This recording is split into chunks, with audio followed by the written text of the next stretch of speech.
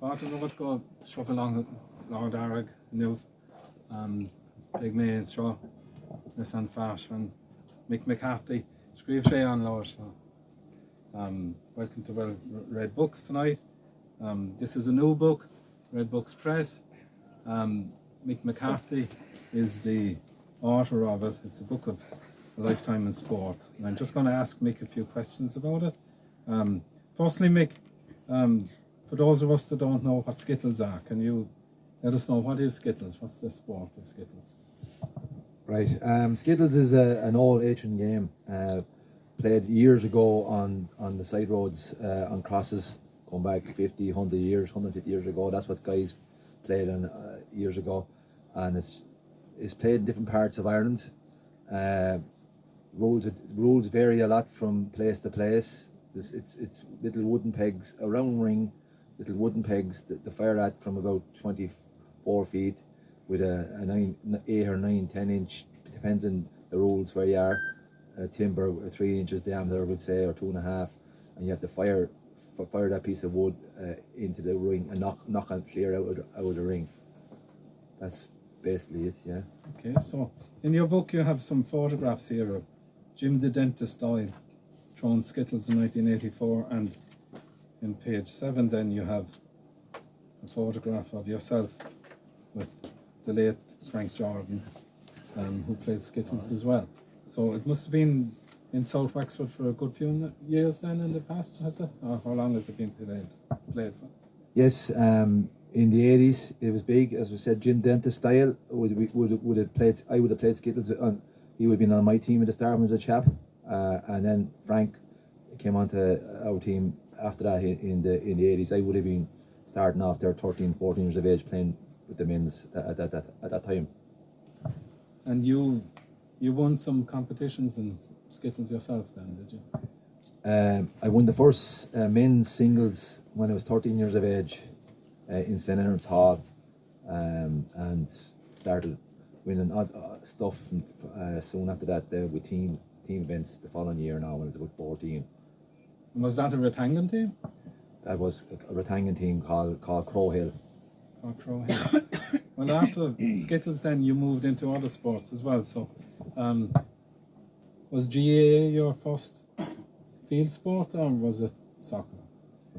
It was GAA because there was no underage soccer in the parish at the time, so there was no competitive soccer, so it was all GAA. So I played all GAA with all the underage GAA teams with St. Anne's all the way up to minor. And unfortunately, there was at that time there was no underage soccer of any kind. Okay, and so then obviously the underage soccer commenced, and you got onto various teams, but you were also involved in setting up Fastnet Rovers. Yes, that was in 1988. As I said, when I'm talking about these not being able to play, it was the same with most players that would have started with us in 88.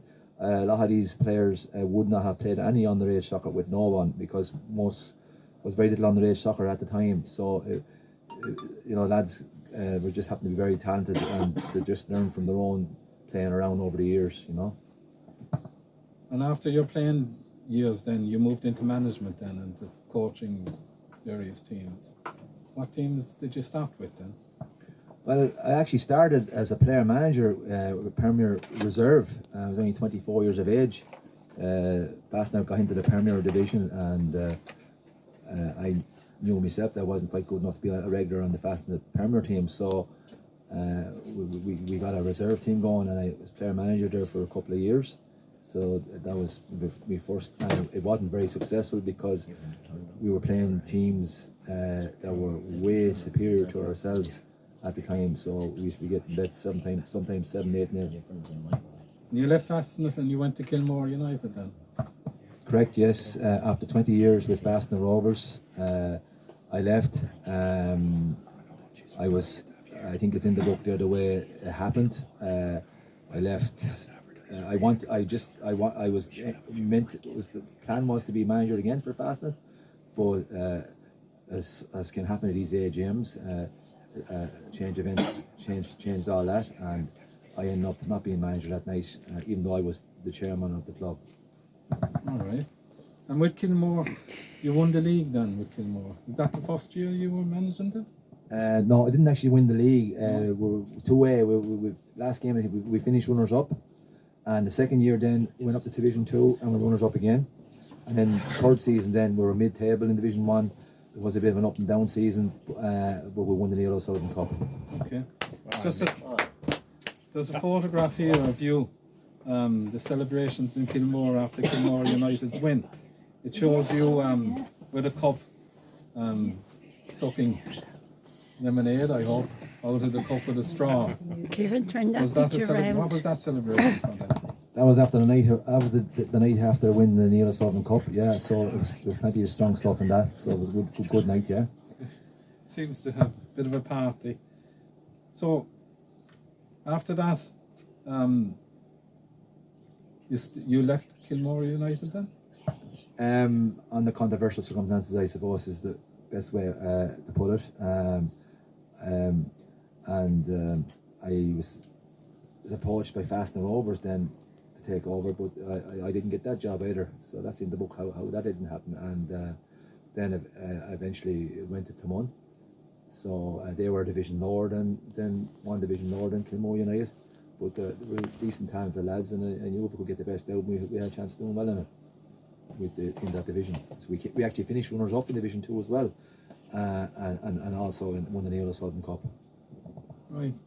So every team that you managed then did well? Fastener Rovers, they would have won a Division 1 and Division 2 runners up.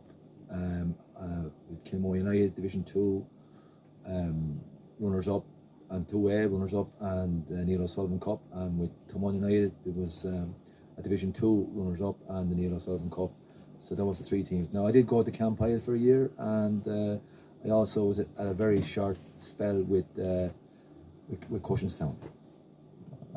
Okay, so all of that has been between player manager and manager. It's a lifetime in various sports, all the sports really in South Wexford. And this is the book, Shoya and Lauer, Sportsman Mick, a lifetime in local sports by Mick Carty. It's for sale in Red Books here in Wexford Town and in a number of shops in the south of the county. It's selling well, so if you want a copy, get it quick.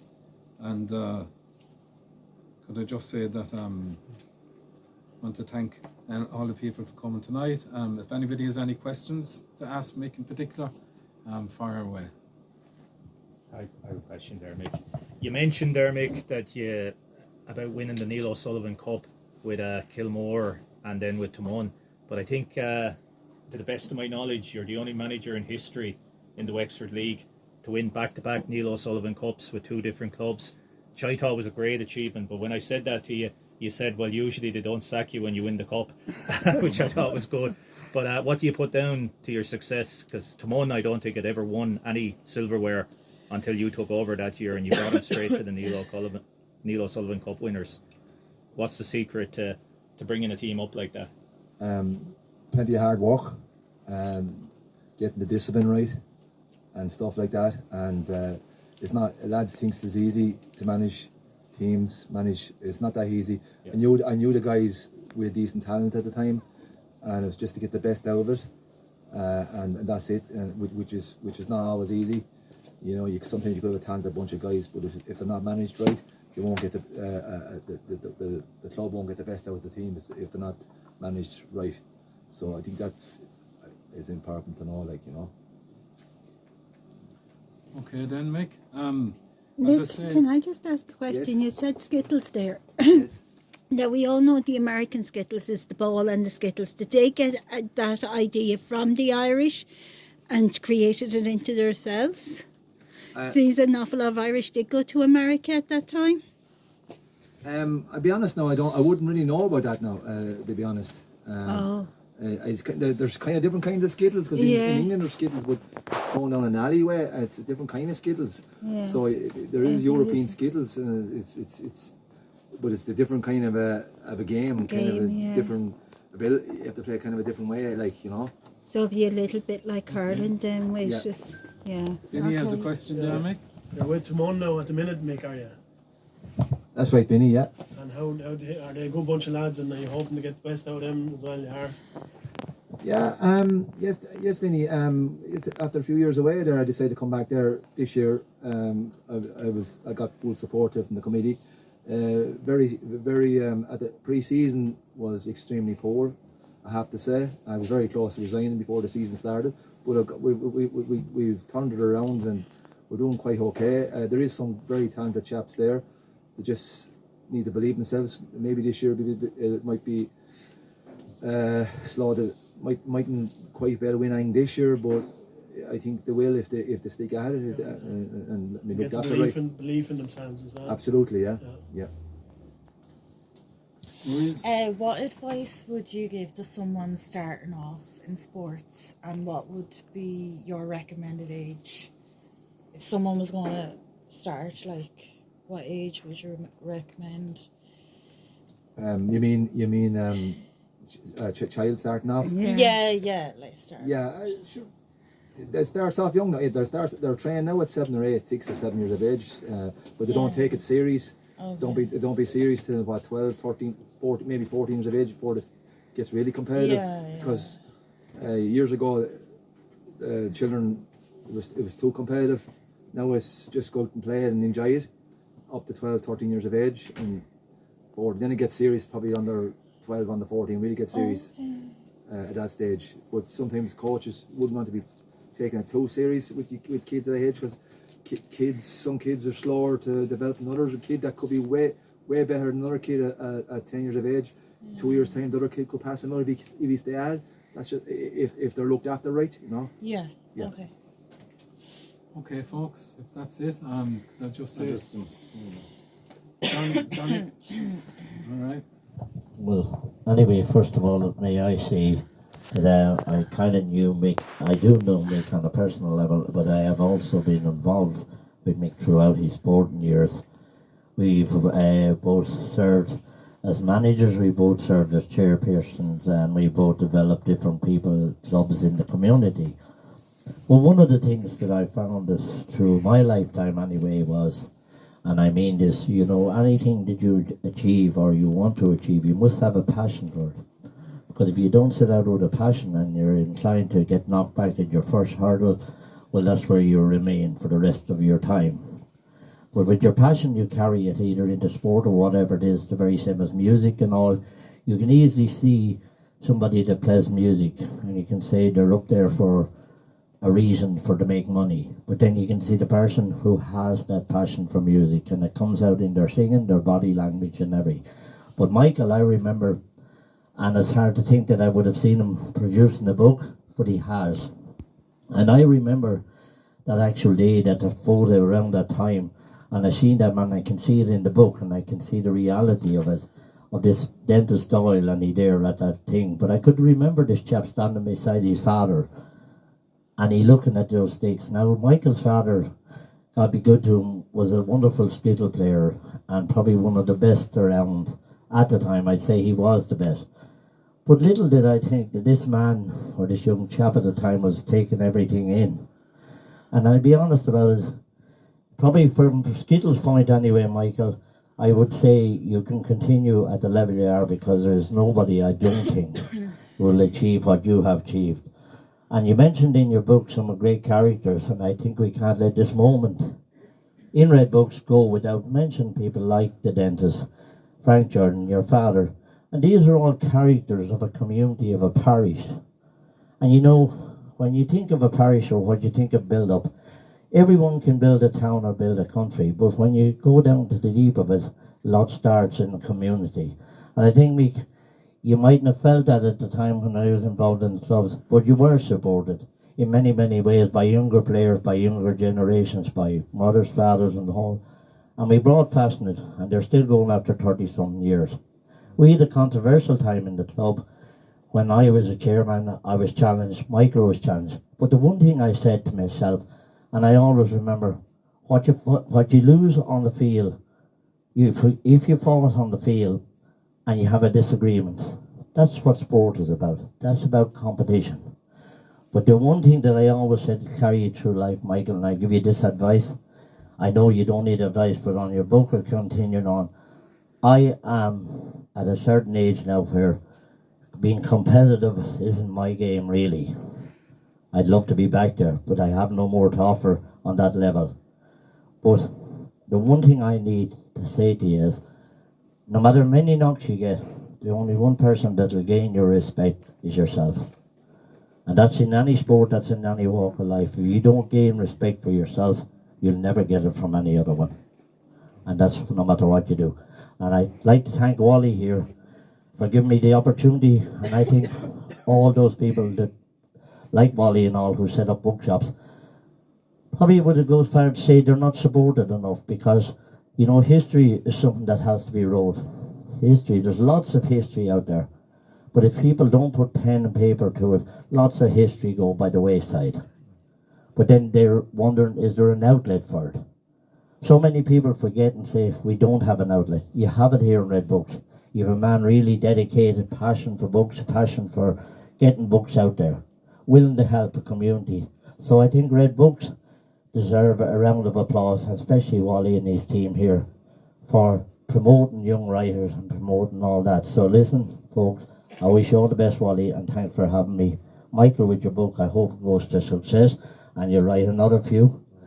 And maybe you'll write one about me, but that'd be a very controversial one, I can tell you that. No, you wouldn't accept that. Anyway, Michael, I mean every word I said, and I mean that to everyone. So we're going to have Martina singing the song later on, but anyway, well done, Michael, and to our interviewer here. Well done.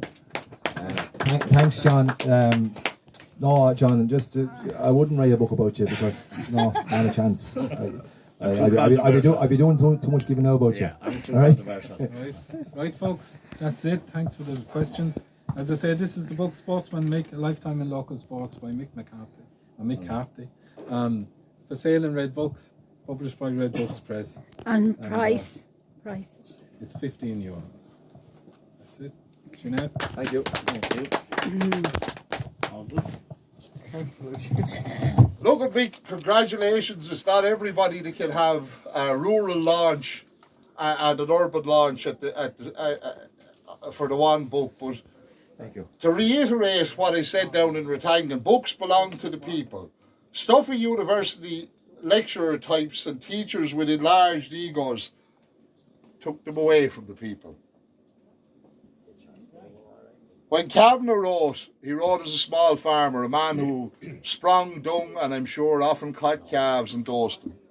Brendan Behan was a house painter, too fond of porter, with a rapier wit. When Hemingway went to write The Old Man and the Sea, he looked to the ordinary men that manned the Marlin boats out of Cuba. When Steinbeck wrote The Grapes of Wrath or The Pearl, he wrote about ordinary people, migrants lost in a big and lonely world. What Wally does here is real writing, not posturing or posing. Real people, real opinions. If Bukowski or Kerouac were here today, this is where they'd be hanging out. There's room for everyone. This is not a place for glasses of Pimm's or straw hats. This is where real people come to write about real things. Here we celebrate real life, and who better than Mick Carty to do that? Mick is generous as he pays homage to the local legends. John Sammy Sinnott, the legendary storyteller of Duncormac, and no less than Frank Jordan, Ratangan's great character. Whether it's tug of war or skittles, Frank was a driving force. I once heard tug of war in Ratangan spoken about as there was no good if there wasn't blood on the ropes. Frank's nephew Ger told me about how his uncle Hack, great uncle Mick, was it? Hack was before, I'd say it was his great uncle. But when they travelled to England by ferry to work first, they were the first of them to go.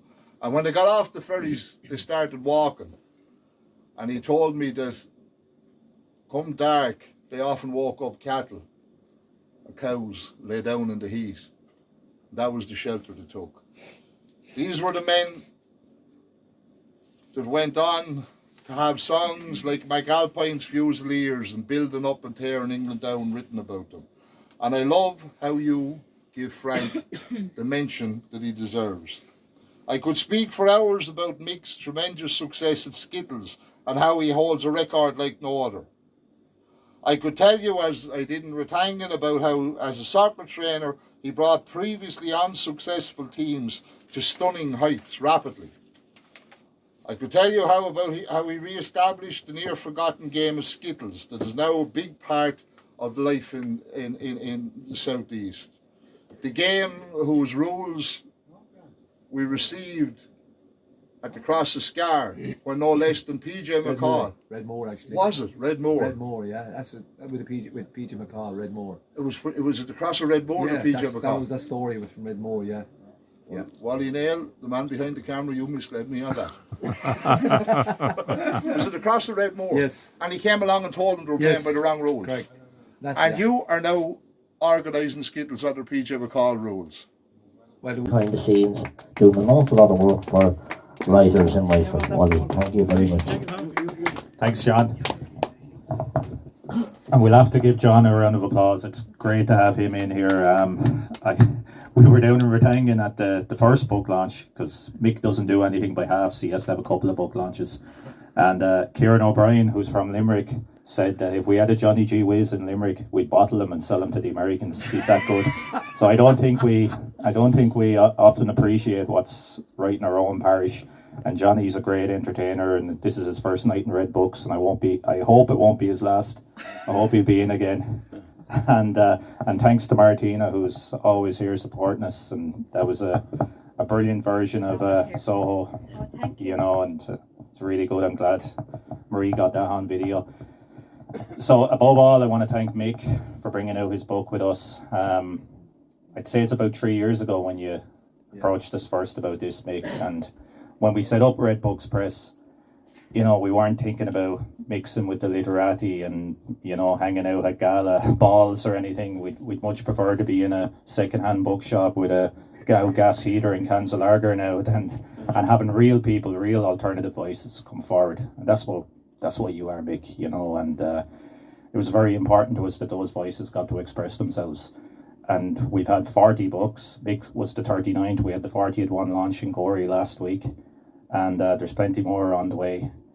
I think when you approached us first, Mick, it was about putting an article in the Bohemian, which was only starting at the time. Yeah. And at that time, you thought you might have 5 pages. And it didn't take you long before you had a whole book. And even the night before it went to print, you were still adding stuff into it. So it just goes to show you how many stories are out there, and it's a great read. If anyone hasn't read it yet, I'd really urge them to read it, because there's so much drama in it, you know, so much passion. But you'll have to read the book. I'm not going to tell any stories about it, but it's also a social history of the area. Like I can remember as a child going to one of Fastnet's first matches in Rathangan, and there was a couple of hundred people there, and you know, without the likes of Mick Carty, there wouldn't be a Fastnet Rovers. My daughter plays with the Fastnet team now, and all of that underage stuff wouldn't exist without people like Mick and John and all those lads who put so much unpaid hours into it. So I hope this won't be your last book, Mick. I hope somewhere along the line we might get another Mick Carty book, maybe a biography of John Wickham, but we hope to see you back again. And as Kieran said earlier, the book is selling very well. We have a limited amount left at €15 each, a perfect Christmas present. So I'd urge you all to pick up one. But thanks, Mick. Thanks, buddy. Talking about cars and dreaming about women. Never had a plan, just a living for the money. Yeah, way down yonder on the Chattahoochee, never knew how much that muddy water meant to me. But I learned how to swim and I learned who I was. A lot about living in the legal. Now hustle's the name of the game, and nice guys can watch the rain or the snow and the rain. There'll be a load of compromising on the road to my horizon. I'm gonna be where the lights are shining on me, like a rhinestone cowboy, riding out on a horse in the star-spangled rodeo. Yeah, well, Wexford had that, wasn't it? Like a rhinestone cowboy, getting cars and letters from people